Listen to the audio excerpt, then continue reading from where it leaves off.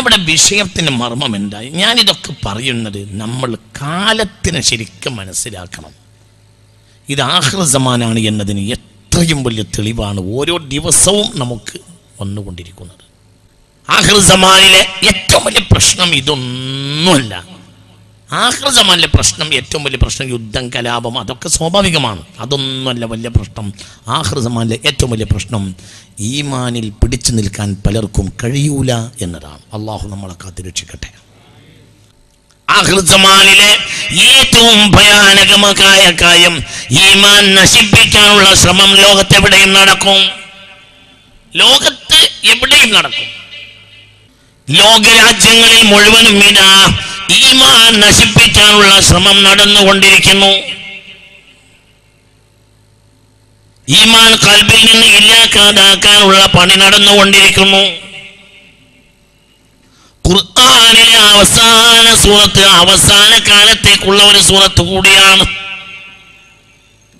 അത് ഏറ്റവും അതിന്റെ മുന്തഫിഈങ്ങൾ അവസാനത്തെ കാലത്തെ ജനങ്ങളാണ്. അവസാനത്തെ സൂറത്ത് അവസാനത്തെ ആളുകളുടെ കൂടുതൽ ഉപകരിക്കേണ്ടി വരും. അത് അവസാനത്തെ സൂറത്താണ്. അവസാനം ഇറങ്ങിയ സൂറത്ത് അതല്ല, പക്ഷെ അവസാനം അള്ളാഹുവിൻ്റെ വലയിലെ അവസാനത്തെ സൂറത്തുൻ നാസാണ്. ഇതിൽ വലിയ പാഠമുണ്ട്. ഖുർആനിലെ അവസാനത്തെ സൂറത്തുൻ നാസാണ്. എന്താണ് അതിലെ പ്രമേയം? അതിന്റെ പ്രമേയം അല്ലദീ യുവസ്വിസു ഫീ സുദൂരിൻ നാസ്. ഖുർആൻ എവിടുന്നാ വരുന്നത് നിങ്ങൾ ആലോചിക്കണം. ഖുർആൻ വരുന്നത് അലിഫ് ലാം മീം ദാലിക്കൽ കിതാബു ലാ റൈബ ഫീഹ്. സംശയമില്ല, സംശയം വേണ്ട, സംശയം വേണ്ട, സംശയം വേണ്ട. സംശയം രോഗമാണ്, സംശയം നാശമാണ്. അടിസ്ഥാനങ്ങളിൽ സംശയിക്കുന്നത് നാശമാണ്, നരകമാണ്. സംശയം വേണ്ട, സംശയം വിഷമാണ് എന്ന് പറഞ്ഞാണ് ഖുർആൻ തുടങ്ങിയത്. ഖുർആൻ ആദ്യം തുടങ്ങിയത് നിസ്കരിക്കണമെന്നും നോമ്പൊൽക്കണമെന്നും പറഞ്ഞുകൊണ്ടല്ല. നിസ്കരിക്കണമെന്ന് പറഞ്ഞത് 3-ാമത്തെ ആയത്തിലാണ്. നോമ്പ് നോക്കണമെന്ന് പറഞ്ഞത് 183-ാമത്തെ ആയത്തിലാണ്. നിസ്കരിക്കണം എന്ന് പറഞ്ഞത് 3-ാമത്തെ ആയത്തിലാണ്. നോമ്പ് നോക്കണം എന്ന് പറഞ്ഞത് മുഅ്മിനെ ചിന്തിക്കണം, നോമ്പ് നോക്കണം എന്ന് പറഞ്ഞിട്ടുള്ളത് 183-ാമത്തെ ആയത്തിലാണ്. എന്നാൽ സംശയം പാടില്ല എന്ന് പറഞ്ഞത് അതിന്റെ എല്ലാം മുമ്പാണ്. ദാലിക്കൽ കിതാബു ലാ റൈബ ഫീഹ്. സംശയം വേണ്ട, സംശയം വേണ്ട. എന്തിന് സംശയം വേണ്ട എന്നാ പറഞ്ഞത്? ഹിദായത്തിന്റെ സബീലിൽ സംശയിക്കരുത്. നിങ്ങൾ അലസരായി കസേരയിൽ ഇരിക്കരുത്, വളരെ ഗൗരവമായിരിക്കണം. അല്ലാഹു നാഫിയായ ഇൽമിനെ തരട്ടെ. ഇത് ഇന്നത്തെ കാലത്തിന്റെ പ്രശ്നം പറയാം. ദീൻ നശിപ്പിക്കാനുള്ള ശ്രമം നടന്നുകൊണ്ടിരിക്കുന്നു. ആ ശ്രമത്തിന്റെ വലിയ ആളുകൾ വഹാബികളാണ്. വഹാബികളെ കരുതിയിരിക്കണം. അവർ ഉമ്മത്തിൽ വസ്വാസം ഉണ്ടാക്കി. അല്ലാഹു നമ്മളെ കാക്കട്ടെ. എന്തൊക്കെ പ്രശ്നമുണ്ടെങ്കിലും വഹാബിയത്ത് മുസ്ലിം സമുദായത്തിന്റെ ചെളിയാണ്.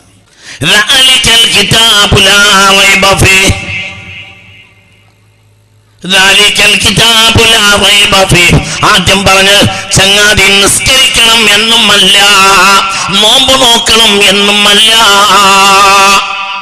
ആദ്യം പറഞ്ഞത് സംശയം ഒഴിവാക്ക്. എന്തിൽ സംശയം? എന്തിൽ സംശയം ഒഴിവാക്കാനാ പറഞ്ഞത്? സംശയം ഒഴിവാക്ക് എന്നതിന് തൊട്ട് മുമ്പ് എന്താ പറഞ്ഞത്? അലിഫ് ലാം മീം. അത് നമുക്ക് അറിയില്ല. പിന്നെ എന്തിൽ സംശയം ഒഴിവാക്കുന്ന പറഞ്ഞ്?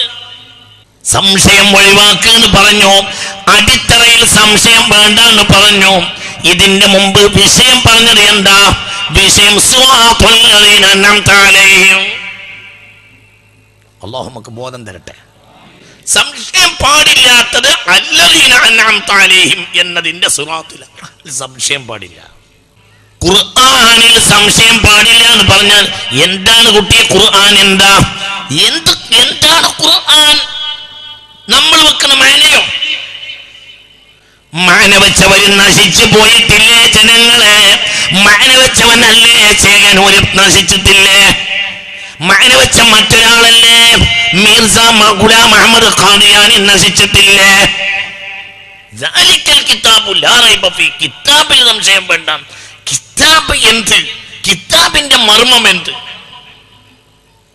കിതാബിന്റെ മർമ്മം അതിന്റെ പ്രത്യക്ഷമായ മഅനയാണ് എങ്കിൽ ആ കിതാബിന്റെ മഅനയിൽ കിതാബിന്മേൽ കൂടിയിട്ട് നശിച്ചിട്ടില്ലേ ചേകനൂര്? അല്ലാഹു നമ്മളെ കാക്കട്ടെ.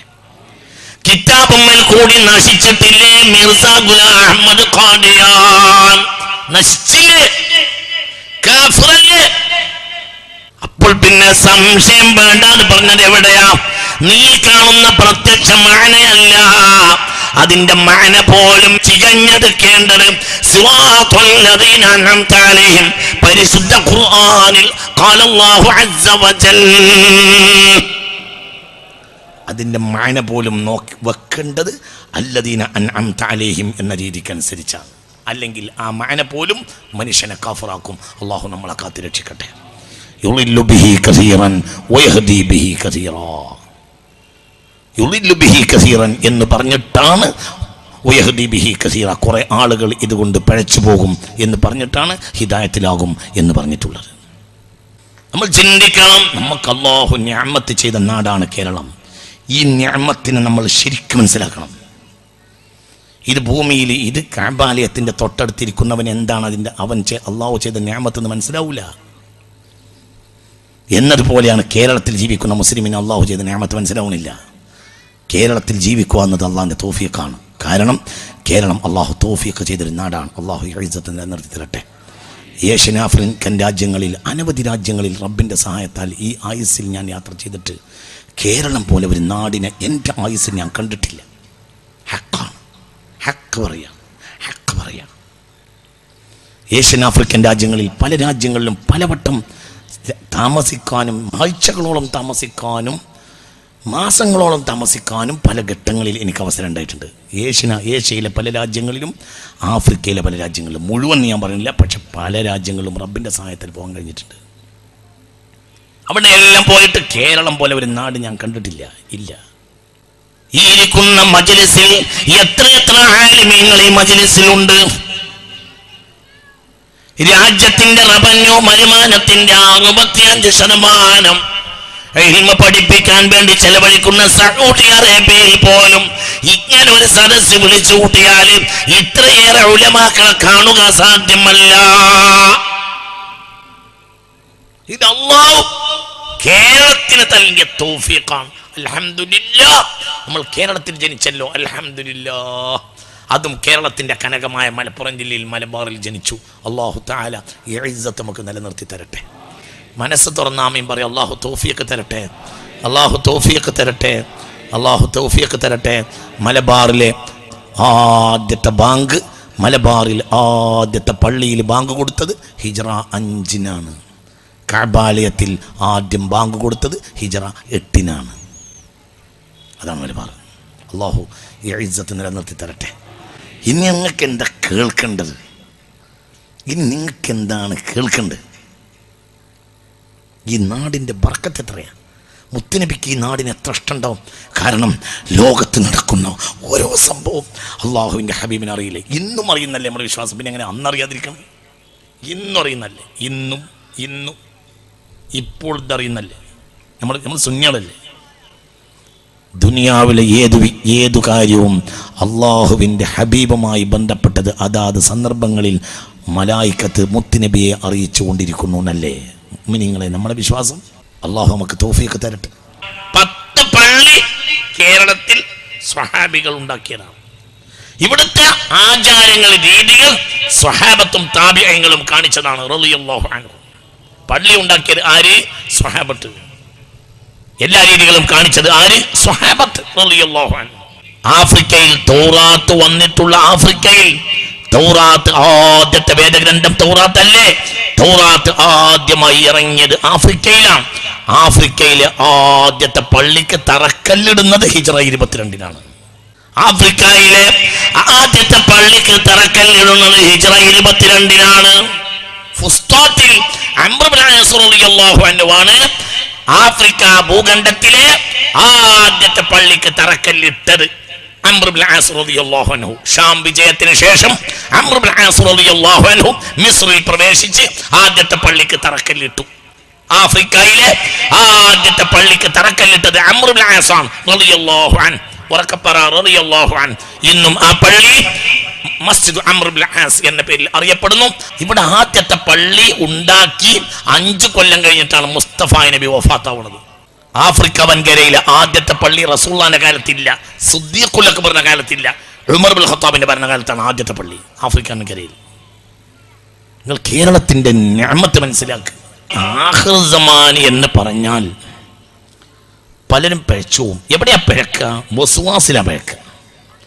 الذي يوسوس في صدور الناس الذي يوسوس في صدور الناس الذي يوسوس في صدور الناس മനുഷ്യ ഹൃദയങ്ങളിൽ വസ്വാസ് ഉണ്ടാക്കും. ആരൊക്കെ ഉണ്ടാക്കും? മിനൽ ജിന്നത്തി വന്നാസ്. ചിലപ്പോൾ ജിന്നുകൾ വസ്വാസ് ഉണ്ടാക്കും, ചിലപ്പോൾ മനുഷ്യരും വസ്വാസ് ഉണ്ടാക്കും എന്ന് ഖുർആൻ. അല്ലാഹു നമ്മളെ കാക്കട്ടെ. മനുഷ്യരും വസ്വാസ് ഉണ്ടാക്കും. പുതിയ പുതിയ സംഘടനകൾ, പുതിയ പുതിയ ഇസങ്ങൾ, പ്രത്യയശാസ്ത്രങ്ങൾ വന്നിട്ട് മനുഷ്യന്റെ ഖൽബിൽ നിന്ന് വസ്വാസ് ഉണ്ടാക്കിയാൽ എന്തുണ്ടാവും? വസ്വാസ്. വസ്വാസ് എന്നത് യഖീനിന് എതിരാണ്. അല്ലാഹു കാത്തുരക്ഷിക്കട്ടെ. ഈമാൻ യഖീനാണ്. ഈമാൻ യഖീനാണ്. വബിൽആഖിറതി ഹും യൂഖിനൂൻ. എന്തിനാ യഖീൻ എന്ന് പറയുക? യഖന യഖന യഖന എന്ന വാക്കിൽ നിന്നാണ് യഖീൻ എന്ന് പറയുക. യഖന യഖനൽ മാഉ ഇദാ സകന ഫിൽ ഇനാഇ. പാത്രത്തിൽ അനക്കം ഒഴിവാക്കി വെള്ളം അടങ്ങിയാൽ അപ്പോൾ പാത്രത്തിൽ വെള്ളം യഖീനായി എന്ന് പറയും. എന്നതുപോലെ ഖൽബിൽ ഈമാൻ ആട്ടളക്കങ്ങളില്ലാതെ അടങ്ങിയാൽ യഖീൻ എന്ന് പറയും. യഖീന് പൊളിക്കാൻ എന്ത് ചെയ്താൽ മതി? ചെറിയ ഒരു ഇളക്കം ഉണ്ടാക്കിയാൽ മതി. ചെറിയ ഒരു ഇളക്കം, അതിനാണ് വസ്വാസ് എന്ന് പറയുക. അല്ലാഹു തആല കാത്തുരക്ഷിക്കട്ടെ. യഖനൽ മാഉ ഇദാ സകന ഫിൽ ഇനാഇ وبالآخرة هم يوقنون وبالآخرة هم يوقنون أولئك على هدى من ربهم وأولئك هم المفلحون. യഖീനിൽ തറത്തുബായിട്ടാണ്, യഖീനിൽ അവലംബിച്ചിട്ടാണ് ഹിദായത്ത് പറഞ്ഞത്. വബിൽ ആഖിറതി ഹും യൂഖിനൂന ഉലൈക അലാ ഹുദം മിർ റബ്ബിഹിം. അപ്പോൾ എന്ത് വേണം? യഖീൻ വേണം. തുടക്കത്തിൽ ആദ്യത്തെ അൽ ബഖറയിലെ ആദ്യത്തെ 5 ആയത്ത് ഖായിദത്തു ആയിൽ ഖുർആൻ, ഖുർആനിലെ മൊത്തം ആയത്തിന്റെ ഇരിപ്പിടം ബഹുമാനപ്പെട്ട അൽ ബഖറയിലെ ആദ്യത്തെ 5 ആയത്താണ്. അതുകൊണ്ടാണ് ഹദ്ദാദിൽ പോലും ഈ 5 ആയത്ത് കയറിയത്. ഫാത്തിഹ കഴിഞ്ഞാൽ ഖുർആനിലെ മൊത്തം ആയത്തുകളുടെ ഇരിപ്പിടമാണ് അൽ ബഖറയിലെ ആദ്യത്തെ 5 ആയത്ത്. അലിഫ് ലാം മീം മുതൽ ഉലൈക അലാ ഹുദം മിർ റബ്ബിഹിം വഉലൈക ഹുമുൽ മുഫ്ലിഹൂൻ വരെ ബഹുമാനപ്പെട്ട അൽ ബഖറയിലെ 5 ആയത്തുകൾ മൊത്തം ബാക്കി ഖുർആനിലെ ആയത്തുകളുടെ ഇരിപ്പിടമാണ്. അതിലെന്റെ തുടക്കത്തിൽ പറഞ്ഞത് ലാ റൈബ ഫീഹി വബിൽ ആഖിറതി ഹും യൂഖിനൂൻ. ലാ റൈബ ഫീഹി, ഈ ലാ റൈബ ഫീഹി തന്നെയാണ് യഖീൻ. വബിൽ ആഖിറതി ഹും യൂഖിനൂൻ. അതുകൊണ്ട് സംശയം വേണ്ട, ഖൽബിന്റെ ഉള്ളിൽ ഇളക്കം തട്ടിപ്പോകരുത്. എന്തിൽ ഇളക്കം തട്ടരുത് എന്നാ പറഞ്ഞത്? സിറാത്തുൽ ലദീന അൻഅംത അലൈഹിം. ഇളക്കുന്നതാര? അവസാനം ഊന്നി പറഞ്ഞു, മിനൽ ജിന്നതി വന്നാസ്. ചിലപ്പോൾ ഖൽബിന്റെ ഉള്ളിൽ നുഴഞ്ഞു കയറിയ ശൈത്താൻ ഖൽബിലെ ഈമാനിനെ ഇളക്കും. അല്ലാഹു കാക്കട്ടെ. ചിലപ്പോൾ നിങ്ങളുടെ ആളുകളുടെ കൂട്ടത്തിൽ നസിഹത്ത് പറഞ്ഞുകൊണ്ട് ചമഞ്ഞു വരുന്ന മനുഷ്യന്മാർ ഖൽബിനെ ഇളക്കും. മറ്റത് ജിന്ന് ശൈത്താൻ, മറ്റവൻ മനുഷ്യ ശൈത്താൻ. അല്ലാഹു നമ്മളെ കാക്കട്ടെ. ഖുർആനിൽ അവസാനം പറഞ്ഞത് മനുഷ്യൻ ഷൈത്താനായ മനുഷ്യനെ പറ്റി പറഞ്ഞിട്ടാണ് ഖുർആൻ പിരിഞ്ഞു പോയത്. ലാസ്റ്റ് ആയത്ത് മനുഷ്യന്മാരിൽ വലിയൊരു ശതമാനം ഷൈത്താന്മാരാണ് എന്ന് പറഞ്ഞിട്ടാണ് ഖുർആൻ പിരിഞ്ഞു പോയത്. അല്ലാഹു കാക്കട്ടെ. الذي يوسوس في صدور الناس من الجنة والناس. ഇതിന് സംഘടനകൾ വരും, ഇതിന് ഈസങ്ങൾ വരും, പ്രത്യയശാസ്ത്രങ്ങൾ വരും. ഒരു നൂറ്റാണ്ടിലേറെയായി ലോകരാജ്യങ്ങളിൽ മുസ്ലിം സമുദായങ്ങളിൽ ശക്തമായ തെറ്റിദ്ധരിപ്പിക്കൽ നടന്നുകൊണ്ടിരിക്കുന്നു. തെറ്റിദ്ധരിപ്പിക്കലിന്റെ പണിയാരായി എടുക്കുന്നത് കാര്യമായി ബിദ്അത്തിന്റെ കക്ഷികൾ തന്നെ. ഇത് ആഖിർ സമാനിലെ ഒരു പ്രശ്നമാണ്. മനുഷ്യന്റെ ഈമാൻ നശിപ്പിക്കും. മിനൽ ജിന്നതി വന്നാസ്. അപ്പോൾ മുസ്ലിമീങ്ങൾ ക്ഷയിച്ചു. മുസ്ലിമീങ്ങൾ ഒരു നൂറ്റാണ്ടായി ക്ഷയിച്ചു കിടക്കുകയാണ്. എന്റെ കാര്യം ഈമാനിൽ കോട്ടം തട്ടിപ്പോയതാണ് ഏറ്റവും വലിയ കാര്യം. അള്ളാഹു നമ്മളെ കാത്തിരക്ഷിക്കട്ടെ. മുസ്ലിമീങ്ങൾ ഇങ്ങനെയല്ല. മുസ്ലിമീങ്ങൾ ഒരു അമേരിക്കക്കാരൻ്റെയും അമ്മിക്ക് ചുവട്ടിൽ വാല് വെച്ചിട്ട് ഇങ്ങനെ ഓക്കാനിച്ച് നിൽക്കുന്ന പണിയൊന്നും മുസ്ലിമീങ്ങൾക്കില്ല. 90 ആളുകളെയും കൊണ്ടാണ് മുഖദ്ദസ് പള്ളി മോചിപ്പിച്ചത് മഹാനായ സ്വലാഹുദ്ദീൻ അയ്യൂബി റളിയല്ലാഹു അൻഹു. 90 ആൾ, 91ാമത്തെ ആളില്ല. അന്ന് യൂറോപ്യൻ പട്ടാളം ജെറൂസലേമിൽ 2 ലക്ഷം ഉണ്ട്. 90 ആളുകളെയും കൊണ്ടാണ് പോയത് മഹാനായ സ്വലാഹുദ്ദീൻ അയ്യൂബി റഹ്മത്തുള്ളാഹി അലൈഹി. അല്ലാഹുവിന്റെ ദറജയേറ്റി കൊടുക്കട്ടെ. മുഅ്മിനെ ചിന്തിക്കണം. ഒരു ഇംപീരിയലിസത്തിനും ഇസ്ലാം വഴിപ്പെടുകയില്ല. ഒരു ജുഡായിസത്തിനും ഇസ്ലാം വഴിപ്പെടുകയില്ല. ഒരു നൂറ്റാണ്ടായി മുസ്ലിം സമുദായം ഇവിടെ ജൂത ക്രൈസ്തവ ലോബികളുടെ പിന്നിൽ, പ്രത്യേകിച്ച് ജൂത ലോബികളുടെ പിന്നിൽ ഓച്ചാനിച്ചു നിൽക്കുകയാ. ഒരു ആജ്ഞാശക്തിയുള്ള വാക്ക് പറയാൻ പോലും കഴിയുന്നില്ല. ബർമയിൽ മുസ്ലിം സമുദായത്തിന് ഏറ്റ പ്രയാസം എത്രയാ? ലോക മുസ്ലിം രാജ്യങ്ങളിൽ നിന്നൊരു അഭിപ്രായം പോലും ഉയർന്നില്ല. എന്തുകൊണ്ട്? മനുഷ്യരെ സംബന്ധിച്ചിടത്തോളം ഈമാനിൽ ഇളക്കം തട്ടിപ്പോയാൽ, മുൻഗാമികളുടെ വഴിയിൽ നിന്ന് മാറിപ്പോയാൽ അടിത്തറ പൊളിഞ്ഞു പോകും. പിന്നെ അവർക്ക് എണീറ്റ് നിൽക്കാൻ സാധ്യമല്ല. ആദ്യത്തെ യുദ്ധം നടന്നത് മുത്തുനബിക്ക് ശേഷം ആദ്യത്തെ യുദ്ധം നടന്നത് യമാമയില. ആദ്യത്തെ യുദ്ധം യമാമയിലാണ്. ആരാണ്? സൈന്യാധിപൻ ഖാലിദ് ബിൻ വലീദ് റളിയല്ലാഹു അൻഹു. സിദ്ദീഖുൽ അക്ബറിന്റെ കാലഘട്ടത്തിൽ കള്ളപ്രവാചകനെതിരെ യമാമയിലേക്ക് പട പറഞ്ഞയച്ചു മഹാനായ സിദ്ദീഖുൽ അക്ബർ റളിയല്ലാഹു അൻഹു. യമാമ എന്നാൽ ഇന്നത്തെ റിയാദ്. അവിടെ വാദി ഹനീഫ് എന്നൊരു സ്ഥലമുണ്ടായിരുന്നു. അവിടെയാണ് മുസൈലിമയും 21,000 കാലാൾ പട്ടാളവും തമ്പടിച്ചിരുന്നത്. അവർക്കെതിരെ യുദ്ധത്തിന് പോയി ആളെ പറഞ്ഞയച്ചു മഹാനായ സയ്യിദുനാ സിദ്ദീഖ്.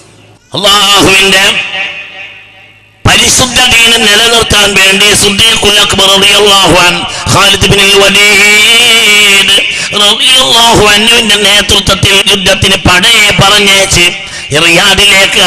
പേര് യമാമ. യമാമ യുദ്ധം എന്ന പേരിൽ ഇതറിയപ്പെട്ടു. ഈ യുദ്ധത്തിൽ